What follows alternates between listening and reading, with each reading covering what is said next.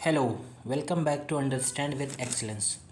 आज का जो वीडियो है this is related to science and tech. ठीक, यूपी पीसीएस प्रीलिम्स में जो साइंस और टेक आती है, ठीक है, ये एक लोगों के लिए हर्डल्स भी है कि कहाँ से पढ़ें, कितना पढ़ें। ठीक है, और जो साइंस बैकग्राउंड के नहीं है उनको तो बहुत ही ज़्यादा दिक्कत होती है।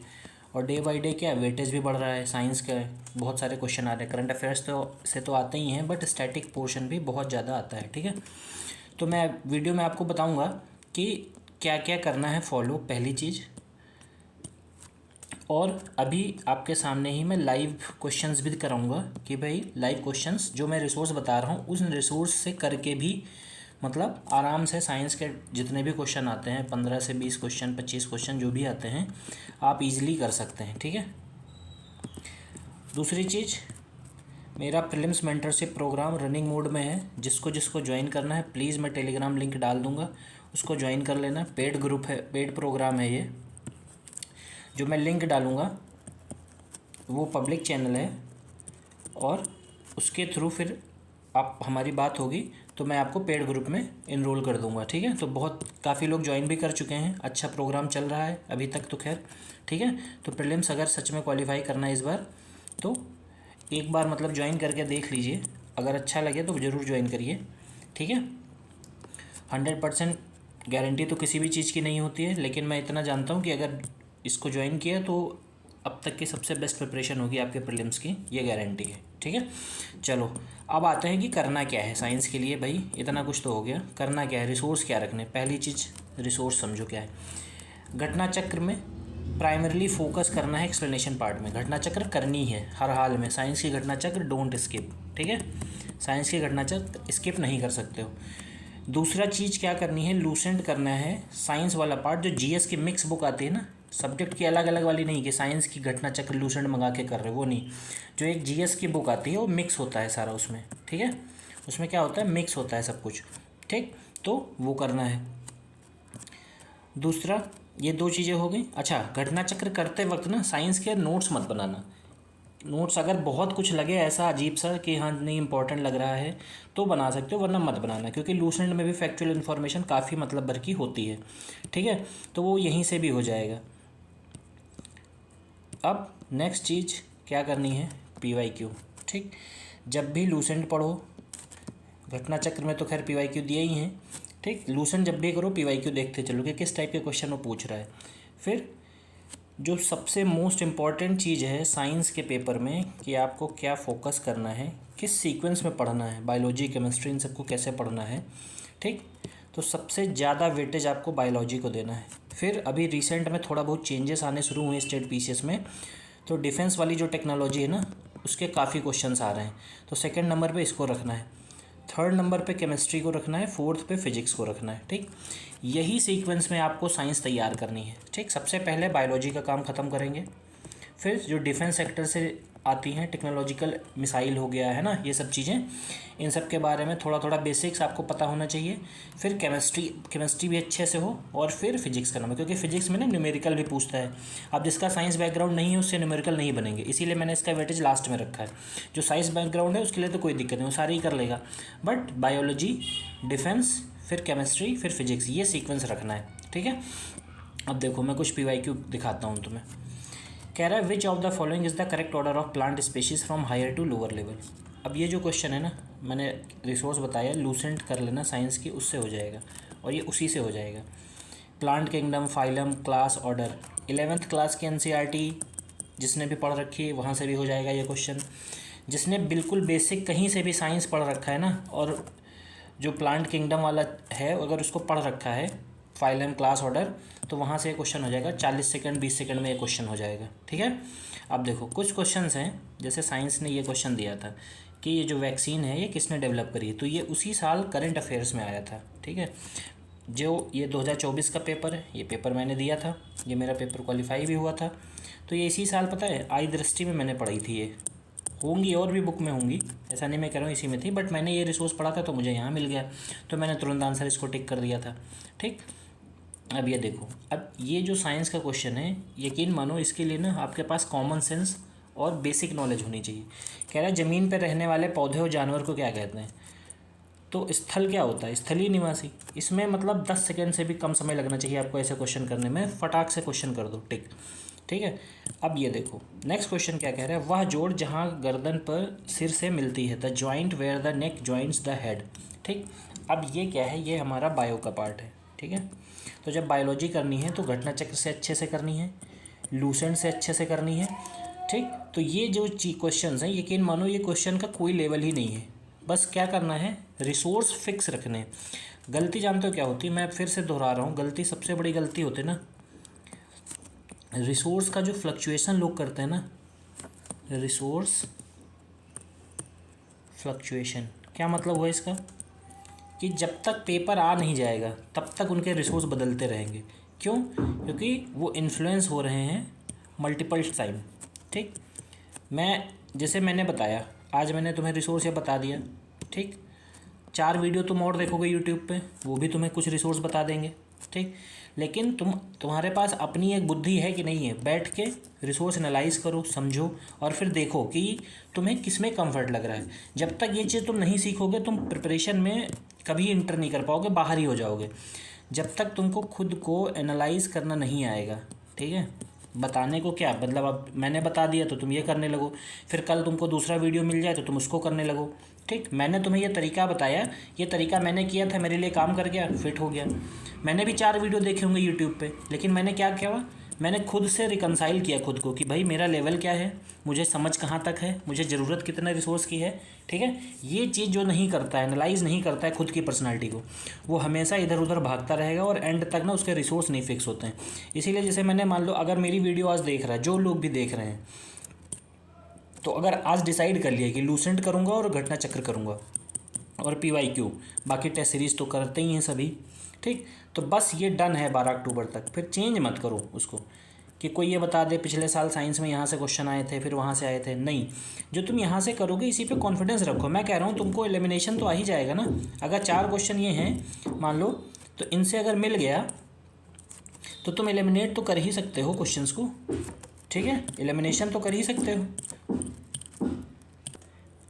हाँ, तो क्या कर रहे हैं, खुद को एनालाइज करना है। पहली चीज़, एनालिसिस अगर नहीं करोगे पूरे साल, जब तक पेपर नहीं आ जाएगा, आप इधर उधर वीडियो में घूमते रहोगे। इन्होंने पढ़ाया, इनका देख लो, उन्होंने पढ़ाया, उनका देख लो, ये रिसोर्स बता रहे हैं, वो रिसोर्स बता रहे हैं, यही करते रह जाओगे।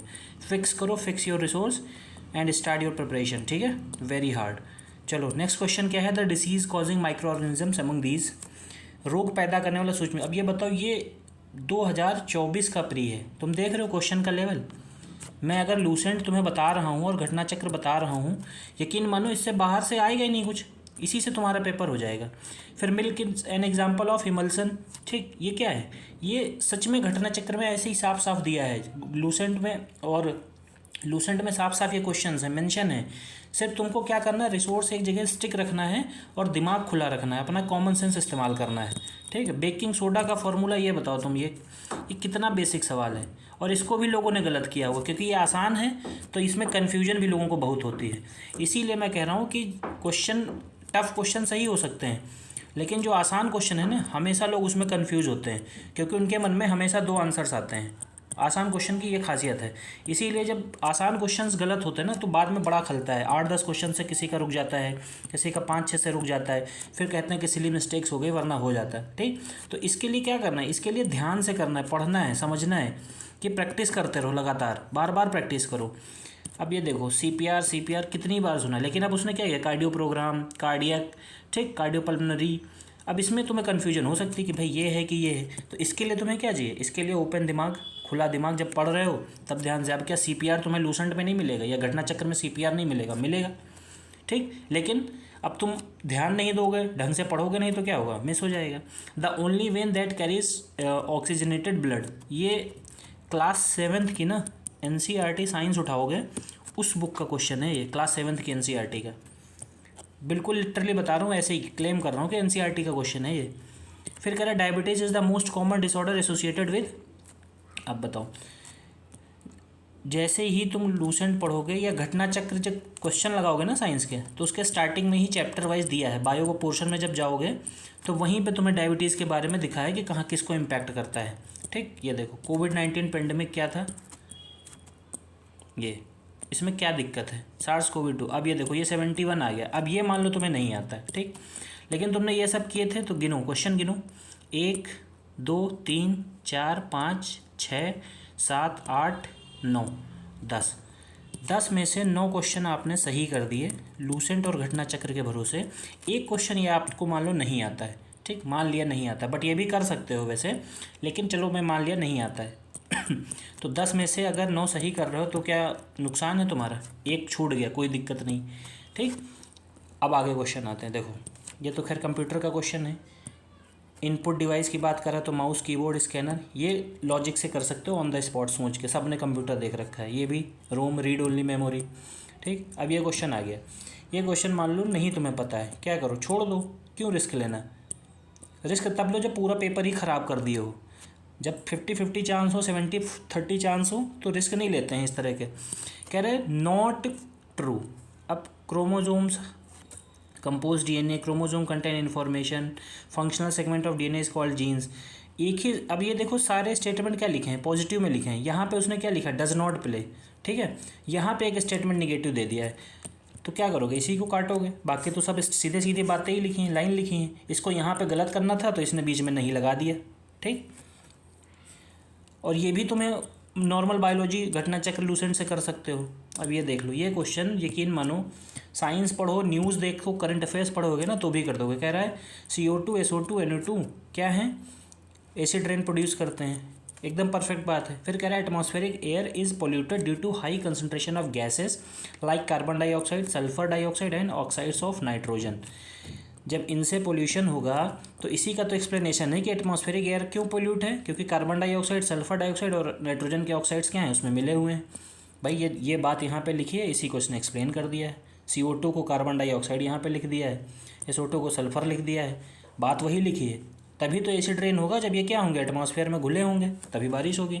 अब इसके लिए तुम्हें लॉजिक इतना थोड़ी लगाना है, नहीं भी पढ़ो तो भी ऑन द स्पॉट करने की कोशिश करो। इसीलिए मैं कहता हूँ जब भी PYQ किया करो तो देखो क्वेश्चन, उसके बारे में नॉलेज नहीं है फिर भी उस पर ठहरना है, रुको थोड़ी देर और कोशिश करो, कहीं ना कहीं स्टेटमेंट में कुछ तो तुम्हें दिखेगा, वो आदत डालो अपनी। नहीं डालोगे तो स्टेटमेंट वाइज जैसे पूरा पेपर बना दिया ना 24 में, ऐसे फिर बनाएगा वो, और फिर कुछ नहीं होगा, फिर दिमाग ख़राब होगा कि कितनी कट ऑफ जाएगी।